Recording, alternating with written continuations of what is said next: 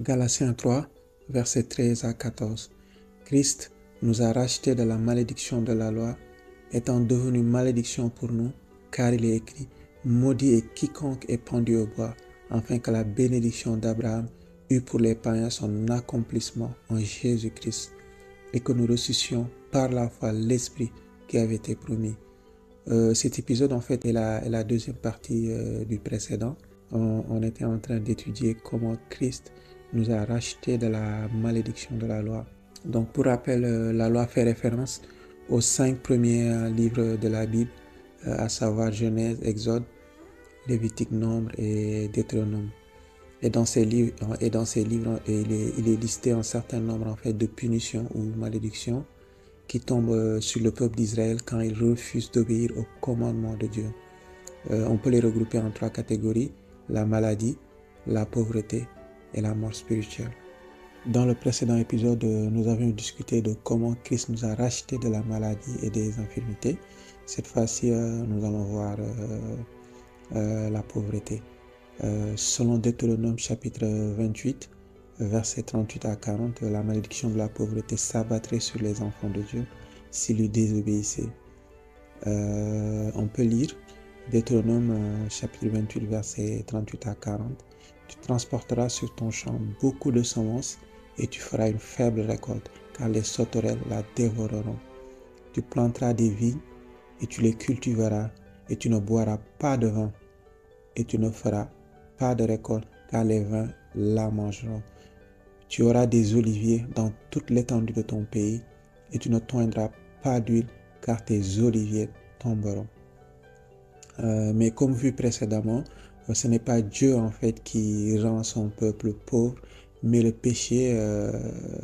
c'est le péché en fait qui est une porte ouverte qui peut être source de pauvreté, car le diable rôde comme un lion rugissant, cherchant qui il dévorera. Donc nous dit premier épître de Pierre chapitre 5 verset 8. Mais alléluia, Christ nous a racheté de la pauvreté.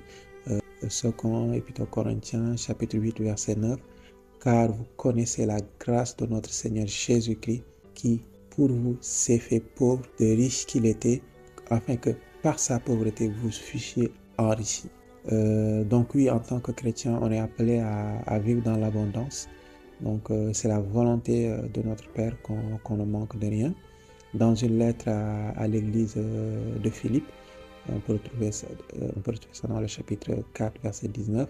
Paul dit, « Et mon Dieu pourvoira à tous vos besoins selon sa richesse avec gloire en Jésus-Christ. » Donc, et quand il dit tous vos besoins, cela inclut nos besoins financiers et matériels. Alléluia.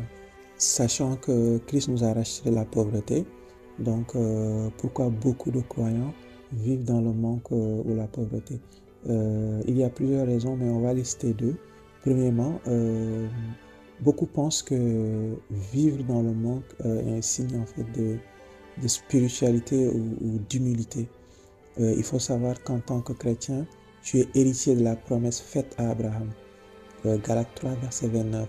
Et si vous êtes à Christ, vous êtes donc la prospérité d'Abraham, héritier selon la promesse. Et une des choses en fait que Dieu a promis à Abraham, c'est de le rendre riche. On peut voir dans Genèse 13, verset 14, que Abraham était riche en troupeaux, en argent et en or. Donc, même étant riche, Abraham est aussi appelé ami de Dieu. On peut voir ça dans Jacques 2, verset 23. Abraham crut à Dieu et cela lui fut imputé à justice et il fut appelé ami de Dieu. Donc, non, tu n'as pas besoin de vivre dans le manque ou la pauvreté pour être un ami de Dieu. En tant qu'héritier, Dieu veut donc te rendre riche. Et il faut faire attention. Nous rendre riches ne signifie pas que nous allons tous devenir millionnaires ou milliardaires, mais que tous nos besoins sont totalement couverts. On vit dans l'abondance. Alléluia. Une autre chose qui maintient nos frères et sœurs dans la pauvreté, c'est d'avoir peur de l'argent et de dire l'argent est une racine de tous les maux. Mais non, la Bible ne dit pas que l'argent est une racine de tous les maux. Mais 1 Timothée 6, verset 10 dit que L'amour de l'argent est une racine de tous les maux. Donc c'est le fait d'aimer l'argent, d'être esclave de l'argent, d'être esclave de mammon. C'est ça qui est une racine de tous les maux. Et si on devait avoir peur de l'argent, pourquoi Dieu a créé en fait autant de richesses sur terre? Pour nous tenter? Non, bien sûr que non, c'est pas pour nous tenter. La Bible dit dans AG 2:8, l'argent est à moi et l'or est à moi, dit l'Éternel des armées. Et dans Psaume 50, verset 10, on peut aussi lire, tous les animaux des forêts sont à moi, toutes les bêtes des montagnes par milliers. Donc, pour qui Dieu a créé l'or et l'argent? Pour qui Dieu a créé tous les animaux? Bien sûr que ce n'est pas pour le diable et sa bande qui sont ses serviteurs sur terre. Donc, si Dieu avait fait ça, cela signifierait que Dieu, en fait, préfère les enfants du diable que ses propres enfants. Mais alléluia, Dieu nous aime et il a créé, en fait, toutes ces richesses pour nous parce que nous sommes ses enfants. Amen. Et la chose à savoir, c'est que tu peux être pauvre et être esclave de l'argent et être un serviteur de mammon. Donc, tu n'as pas besoin d'être riche, en fait, pour être un serviteur de mammon. Donc, la clé, en fait, se trouve dans Matthieu 6, verset 33. Donc, cherchez premièrement le royaume et la justice de Dieu et toutes ces choses vous seront données par-dessus. Donc, ayons donc comme seul objectif l'accomplissement de la volonté et de la justice de Dieu. Et toutes ces choses nous seront données par-dessus. Amen. Je ne vais pas terminer cette vidéo en fait sans te donner l'opportunité de recevoir Jésus-Christ dans ta vie.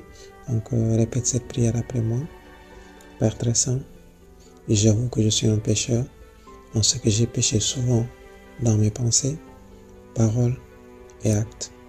Mais la Bible nous enseigne que Jésus-Christ est venu dans le monde pour sauver les pécheurs et que si je confesse de ma bouche Jésus est le Seigneur et je crois dans mon cœur que Dieu l'a ressuscité d'entre les morts, je serai sauvé. Ainsi donc, en ce moment même, je confesse de ma bouche que Jésus est le Seigneur et je crois dans mon cœur que Dieu a ressuscité Jésus de la mort et qu'il est vivant. Et par conséquent, je t'invite aujourd'hui, Seigneur Jésus-Christ, à venir dans mon cœur et d'habiter en moi maintenant et à jamais. Je te donne ma vie, je te reçois maintenant comme mon Sauveur, mon Seigneur et mon Dieu. Je t'appartiens pour toujours. Je te servirai et te suivrai jusqu'à la fin de mes jours.